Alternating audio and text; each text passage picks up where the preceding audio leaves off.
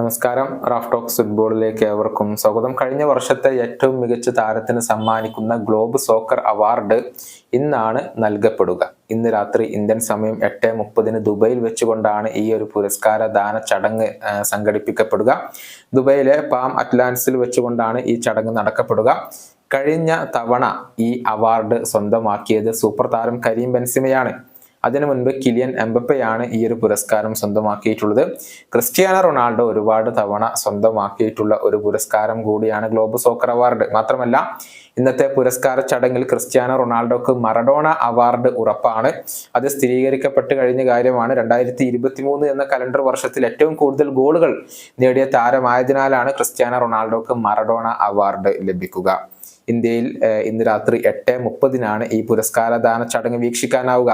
ദുബായിൽ 7 മണിക്കാണ് ഈ ചടങ്ങ് നടക്കുക.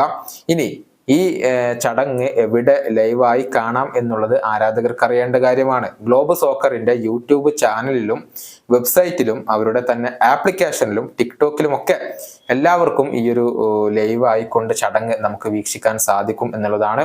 ഏറ്റവും ഒടുവിലെ നോമിനേഷൻ ലിസ്റ്റിൽ ആകെ 11 താരങ്ങളാണ് ഇപ്പോൾ ഇടം നേടിയിട്ടുള്ളത്.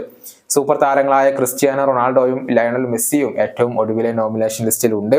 ഇവരെ കൂടാതെ Bellingham, Benzema, De Bruyne, Haaland, Mbappe, Osimhen, Salah, Silva, Vinicius Junior എന്നിവരാണ് ഈ ഒരു ചുരുക്ക പട്ടികയിൽ ഇടം നേടിയിട്ടുള്ളത്.